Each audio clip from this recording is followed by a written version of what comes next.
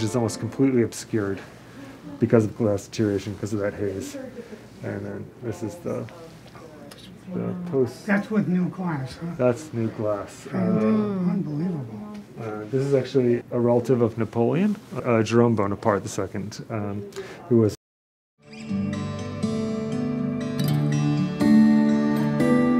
These are a few samples from a very large treatment project, the treatment and rehousing project. It's been going on for almost 2 years now. It's a grant-funded project. It's from the collection of the Maryland Center for History and Culture. It's their entire daguerreotype holdings. There's nearly 300 plates, daguerreotypes, which is an unusually large collection for daguerreotypes. The medium is the first photographic process that was commercially introduced or really assigned any use outside of a laboratory. And it was invented in 1839 by Louis Daguerre. The process was quick to come to the United States, relatively quickly. And in the collection we do have some plates that are from the first few years of photography. The plates that we have here next to me, they were actually in the camera, they were in the room with the subjects. They were being photographed. The photographs are 170 years old, some of them. And so even materials that we think of as being stable start to deteriorate on that kind of time scale. And so a large problem we were seeing is glass deterioration. So those cover glasses that were put on there to protect them have actually deteriorated and start obscuring the images themselves. So a large part of this process, the treatment process, was replacing all of those earlier cover glasses with the new chemically stable cover glass. They were done in the 1840s, and you can see every detail in that person's face, you know, the gloves they're wearing. And so they're just incredible at capturing a moment in time from very, very long ago. I mean, it's like it's like traveling back in time looking at a lot of these images.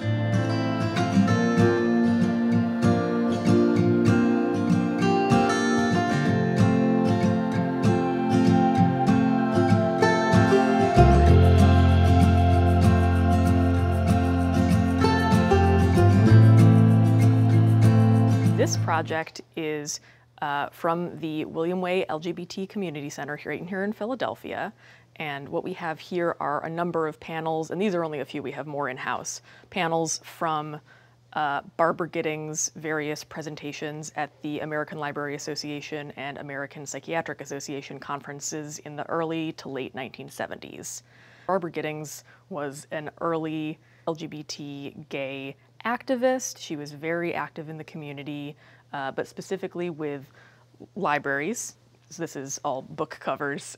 She has adhered to this, and, you know, physicians, because at the time she was, you know, getting into the scene, so to speak, homosexuality was still classified as an illness in the DSM. So she was really campaigning to change that. They had a clear goal that that's what they were aiming at, and they did it through a two-pronged process where they were going to have both the booths, the exhibition booths, at the conference, and also they were going to have a panel where several people would present. In this case, at the 1972 conference, they got a gay psychiatrist to talk on a panel, but the only way he would agree to do it was with like heavily obscuring like costume and like a voice changer. Dr. H Anonymous is what he called himself. So this was still a period where like, yeah, we're here, we're working in this field, like it doesn't feel good to myself be classified as sick because of who I love. It got so much play, so much promotion and everything that within the year, they had changed the definition in the DSM. It was that successful. Before we start a treatment, we do what's called a condition report. So that's myself or another conservator sitting down, taking the time to step-by-step note all of the conditioned issues with an object, and then write a treatment plan. So that's a step-by-step, here's what we are going to do, here's what we think is necessary. So for these objects in particular, these are a little unusual and difficult to work with because they are on foam core board, which if you've done a craft kind of like this, you probably have encountered foam core board.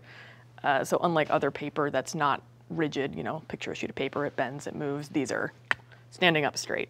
So that changes what we can do in terms of treatment. I think if you were going to a conference and you're like, okay, I gotta make a make a big booth, I'm getting foam core, I'm getting poster board from the dollar store, I'm getting, right? Like they weren't meant to be pieces of art. So there's the historical factor of like these tell us something about the struggle for gay rights, queer liberation, and acceptance. And also, you know, from a material standpoint, they're you know, fairly delicate and susceptible to a variety of problems. This larger piece over here is one of the pieces or components of one of the ALA booths, and it's a number of book covers. You can see it doesn't look great, maybe compared to what I just talked about. It's got all of this discoloration and staining, like gross discolored adhesive down here. Around the edges you can really see like whatever glue they used probably started out white and clear, but as it aged really turned this kind of icky brown. Some less obvious on first glance issues with this is a lot of these pieces are lifting heavily. So like this one almost completely comes off. And our goal here is stability more than anything. Stability is something that I think is very important. With this piece down here, I have set all of the letters that are not currently attached to the board off, so you can tell which are not connected, like this A. And you can see very strongly, again, the discoloration from glue underneath. So this is a case where, you know, at this point it can't be displayed safely if they wanted to have an exhibit about these pieces at the community center. And even just for being in a box, like one of the letters is fully missing, not just detached. This T in task here is just gone. When they arrived, we contacted John Andrews at William Wayne. We're like, hey, do you have a random T on a shelf somewhere? No T turned up, so we have plans to make a facsimile of the T with conservation board and various colorants on the top to make it kind of match as closely as we can. So those are some of the treatments that are in store for these pieces. And hopefully that'll make them stable to be enjoyed by, you know, future generations.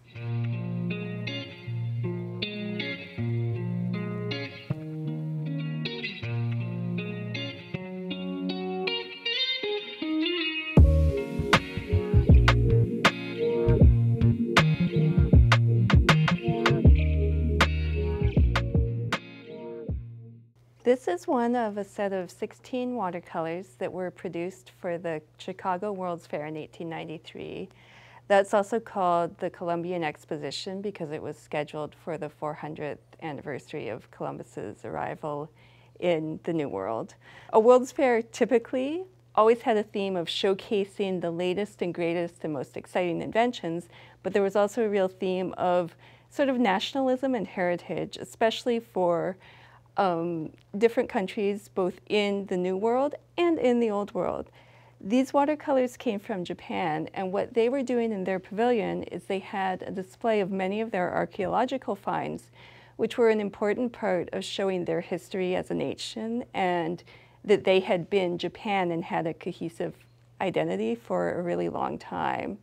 The watercolors were made because some of the artifacts were deemed to be too important to let travel outside of the country of Japan. And so the most beautiful and the most precious ones were replicated in watercolor to go on display instead of shipping the original objects. So this one is untreated. It came to us, I think, just a couple weeks ago. But we had that initial batch of 6 that we treated, and when I was approaching those, I was much more cautious. I was doing more testing so that I could come up with a protocol that would apply for all of them. There were some things we found that we did not think would be very successful and were successful, and then there were other things that were the complete opposite. So that initial testing phase is over, and now this is more of a get right to the treatment and make it whole and happy again.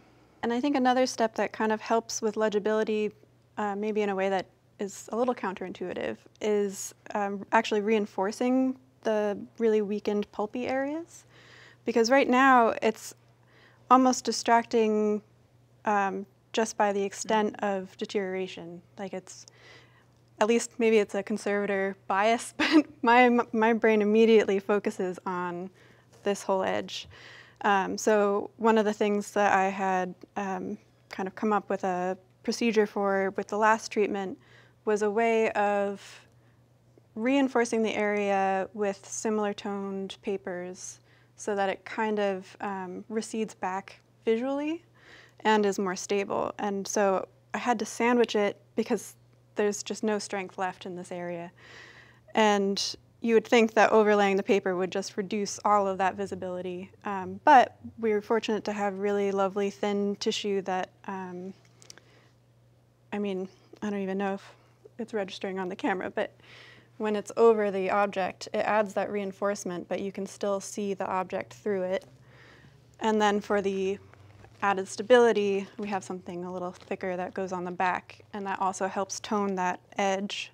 So once it's complete, you're seeing one fairly consistent tone of brown paper, and you can really focus on the gorgeous watercolors rather than the also fascinating and sometimes pretty degradation. The goal of the treatment is to make them safe to handle for researchers, for the poor archivist who's had to deal with these up until now, so that they can safely get it in and out of the housing, and then hopefully safe enough to put on display in the future if that's an interest.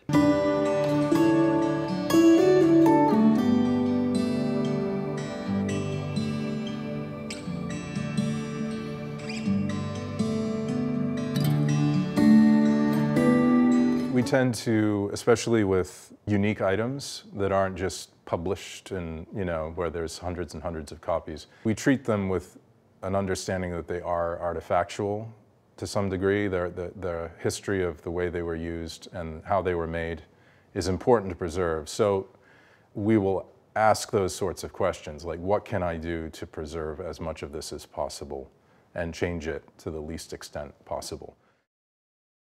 This is a hymnal from the Ephrata cloister. The cloister was a communal arrangement, co-ed and celibate, and they did a lot of hard work and industrial sort of things, and they didn't eat very much or sleep very much either. So this is a production of theirs. This is roughly 1739, so mid-18th century.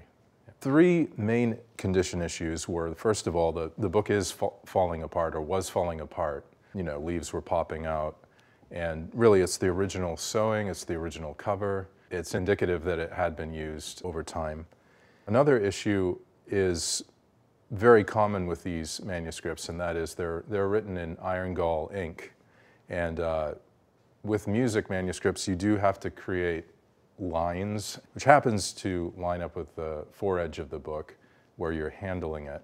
The ink tends to corrode as it ages and it's exposed to oxygen, and it corrodes through the paper and produces cracking in the paper. And the third issue, which is pretty much the most unique issue in this book, is a staining issue that happened to the top foredge corners at the front and back.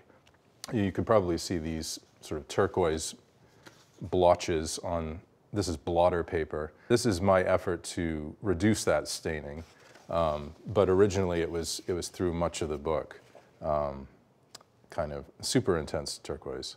And we never really chemically identified it, but it seems to be possibly a laundry bluing. So that could be what we're dealing with here. It comes out very readily in water. So that's what the treatment essentially was to locally deal with those stains and kind of use the blotter to sop up, multiple times to sop up that staining through each page. And in this case, I didn't even know if that stain would be treatable at all, whether it would just be part of the book for its future. So we did do significant testing as we were writing the condition report, as we were writing a proposal.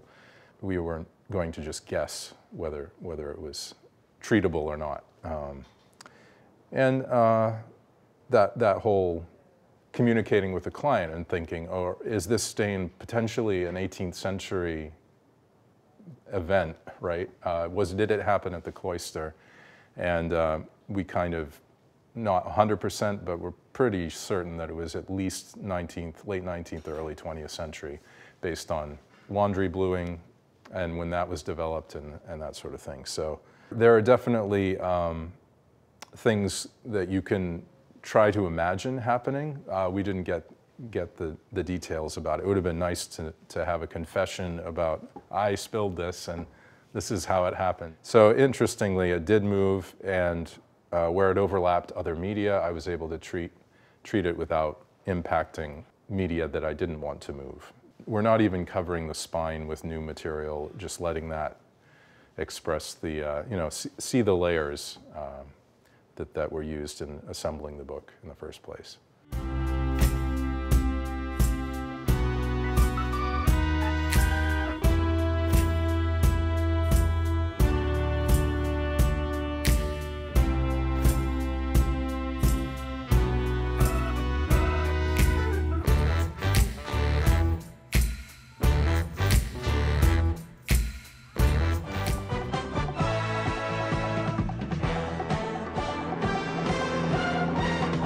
This was on display at 6 ABC News for quite a few years, and they're very proud of it because it's their original theme song, which if you're a Philadelphia local, you definitely know this. What we have here is the top sheet is a reproduction, but it's an early reproduction that's from during the creation of this song. And so it's a home photocopy type thing, one of those old purple copies that's then had a lot of edits made to the song as they kept working on it, workshopping it, bringing it closer and closer to where they wanted it to be.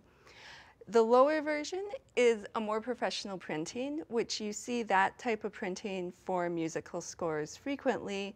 This yellow paper is very typical, and all of the sheets would be taped together in an accordion so that the people performing the music could run through it the whole way. But this one still has some alterations made to it. There's been a couple of word changes to keep fine-tuning the song. So these are both very early copies, as well as a very early recording of it that would have been what was used at the beginning. And this song was so popular, when they tried to re-record it with the Philadelphia Orchestra, there was an outcry. And I think it lasted 8 days before they had to pull it and go back to the 70s version because people loved it so much. It was on display. It was on getting light every day, and it was well framed. It has UV filtering glass, and everyone thinks if you block the UV, your object's safe. And that really isn't true because visible light will also fade an object. So they brought it to us because of the faded condition, and that's something that's irreversible. We can't take fading back. We can't bring it back in that way, which is why we can also combine with our digital imaging to recreate the object so that it can be seen again. And in terms of creating a facsimile for the piece, normally we could also improve the legibility by increasing contrast digitally, but that will only really bring back what is still visible in the object. So for areas where it has faded nearly completely from visible light, the UV light will then further help us and enhance it to, again, be able to absorb the shorter wavelength of UV light, which is completely invisible to the eye, and then add that back into the image and then create a brand new piece. I think people's general knowledge of the deterioration of ink and paper, it can be lacking. Being on display, for instance, for a long period of time can slowly create a process that you can't see, but is still happening behind the scenes. And even handling it with your hands, the oils of your hands can transfer to either the original or the facsimile print and can over time also create stains and other damage. They're excited to continue to display this music, but they want to do it safely, and so that's where we come in.